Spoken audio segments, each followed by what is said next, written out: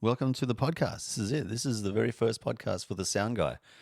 I listen to my voice through this mic, the Rode mic pod, and man, I love it. I love it. I love it. I love it. I've got a coffee here right now, which I'm going to slurp on.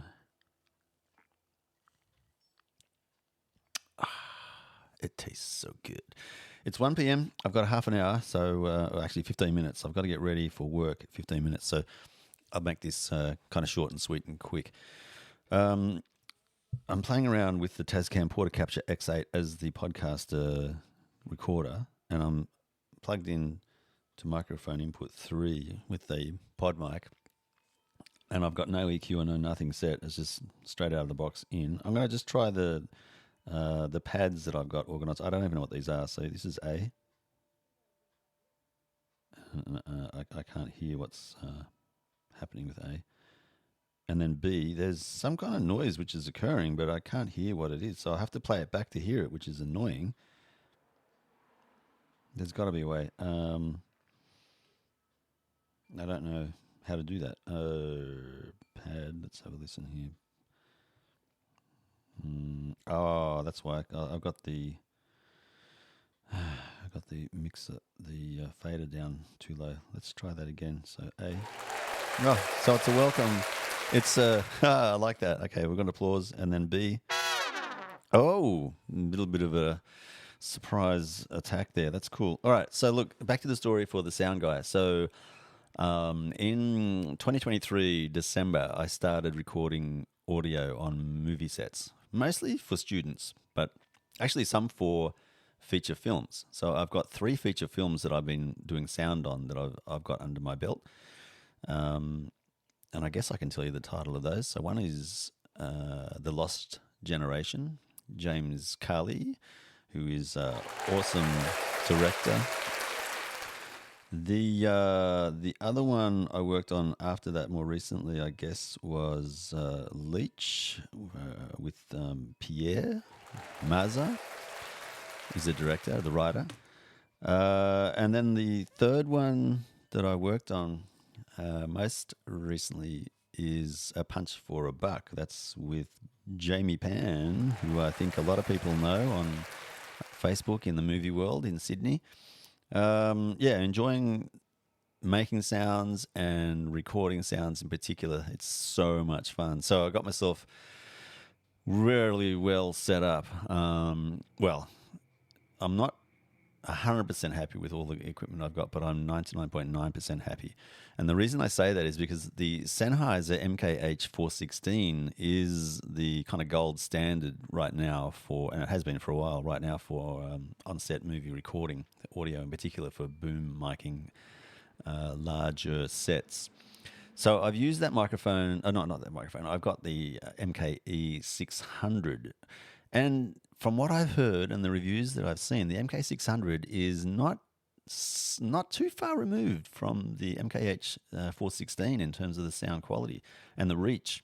It's really quite a versatile and good microphone. I'm very, very happy with it. So I am saving up for the MKH 416 only because there will be people who ask for that particular microphone to be used on set. And if I don't have one, then I'm not going to be invited back in. So for that reason alone, that's the only reason I'm going to spend $1,400 on the MKH 416. Otherwise, no one will tell the difference between the MKE 600 and the MKH 416 when it's all equalized and set up properly. I can't see how people are going to tell the difference.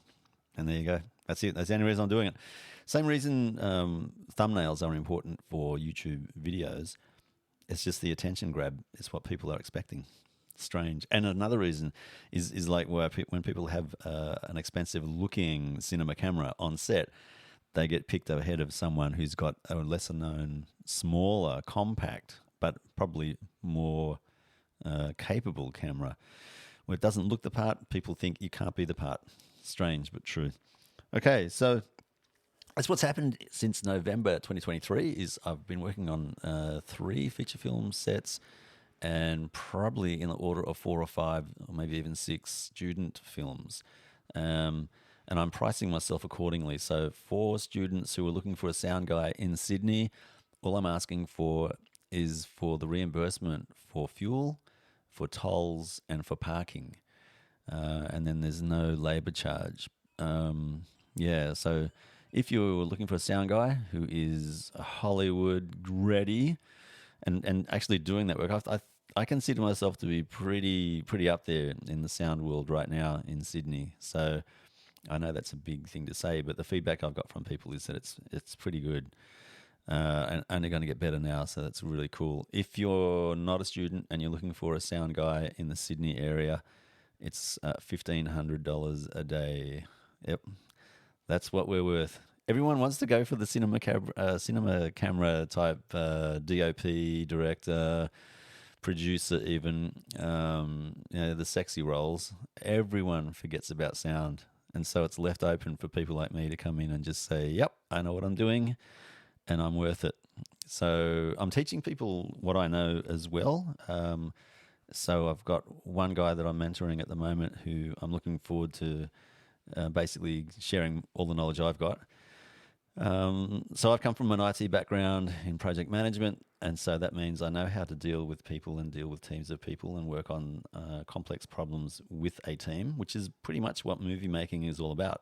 So I get along with people on set. I know what I'm doing, and I'm really highly organized as well. And I know that we need to be efficient in pretty much everything we do because time costs, and time is money, pretty much. It's actually better than money or worse than money. You can't save it, and you can't store it, and you can't buy extra. It's just a one-time deal. It comes and it goes at its own pace, which is sad because I wish I could buy more money. I wish I could buy more time, but we just can't do it. So there you go. So I'm trying to make the most of my time on the planet, and I've discovered that the best way to do that and have a fulfilled life is to actually help others. Yeah, first, and then you can kind of help yourself in that process. So I'm, willing to share all my knowledge. I've got no problem in learning things, admitting when I'm at fault or there's holes in my knowledge. I'm ready to fill those gaps, and I have been since that time frame we talked about. So yeah, that's it. So the Sound Guy is a podcast for people who are looking to get into sound. So that covers all things sound. So field recording, YouTube sound, sound for movies, sound for films, sound for documentaries, sound for just sound's sake. It's also covering music. So I'm a music producer as well. I produce my own music, mostly acoustic guitar and singing. But I do have electric guitar, bass guitar, kind of drums from a MIDI controller. So in that music world, I really enjoy making music and discovering new phrases, new melodies, new everything. I just really, really love music. And that's where I think my love of sound has come from. There's a whole lot of stories in that space, so I'll save that for later. But right now, I want to make this podcast available for people who want to get into sound or can tell that, hey, there's something you don't know about sound, which you really should know. So I'm really willing to learn from others as well as teach others. So it's a two-way street. And if you're interested in sound and you want to hear more about sound and how to get sound and how to look at the best ways of getting sound, then this is the podcast for you. I'm doing kind of reviews. The reviews that I'm doing are unboxings, and then I will use the equipment for at least 6 months to a year and then do a review of it, because there's a lot of things happening in the hardware world in particular. So, for example, the Tascam Portacapture X8, which is what we're listening to right now, it's got a manual which is in the order of I don't know, it's like a novel. There's so much information in there, let alone the tech specs, just the operation of it and how to use it to its capabilities. There's so much in there. So I've had this Portacapture X8 since 2019, I think. So I've been using it pretty much daily since then. And there are still things that I'm discovering about it. So I bought the Bluetooth adapter for this so that I could do time code receiving. So with the Bluetooth adapter, there's a capability for time code on this device so that it can be locked in sync with video and other sound sources. And timecode is something that I've been putting off learning about until recently. So, yeah, I've got some knowledge to share in that space. If you're in particular a cinematographer or videographer looking to add sound and how to make sure you've got good sync happening, especially between external recording devices. What happens is typically the external recording device has its own quartz clock, and it drifts away from the clock internally running on a camera, for example. And then when you come to sync the two together, if they're not timecode synced, they get out of sync with each other, and you find that the sound sources either start phasing out, or you have things where the character's lips are moving, but the sound is slightly either ahead or typically behind what the actor is saying on screen. And it's really disconcerting, and it sounds odd and looks odd. So if you're doing YouTube, for example, or making those short movies for the film festivals, and you want the sound and the audio and the video to sync really tightly, I got some tricks and tips for you on helping you do that, and especially making the editor's life easier. There's a really simple tip. One of the takeaways that I learned recently, which is basically carrying a physical notebook and a pen or pencil and writing down details around what you're doing with sound. So date, time, location, microphone, input into recorder, levels on the recorder, any processing you've got going on the recorder, and then quick notes around which take it is and what's happening in the background, whether there's a plane. You can hear the plane? Whether there's a plane in the background or background noises, and therefore an indicator that you can give to the sound, the video editor, sound editor, look, this is the best take I think that we've got, and therefore a shortcut for them to save time and then get into their editing process without too much hindrance. So that was a massive takeaway. I never associated carrying a notebook to take physical notes around sound before, but that's really important. Another one is how to actually name the sound and store that in a file system somewhere on your hard drive. How do you retrieve that? How do you know what sound to look for a future reference in a video or some kind of production where you want that particular sound? How are you going to find it again?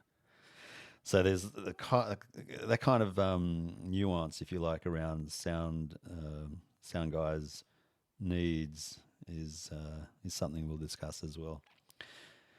There you go. Look, I'm going to have to go. Got to get ready for work. So welcome to podcast number 1 for the Sound Guy. And of course, I'm just using the Sound Guy because I'm a guy.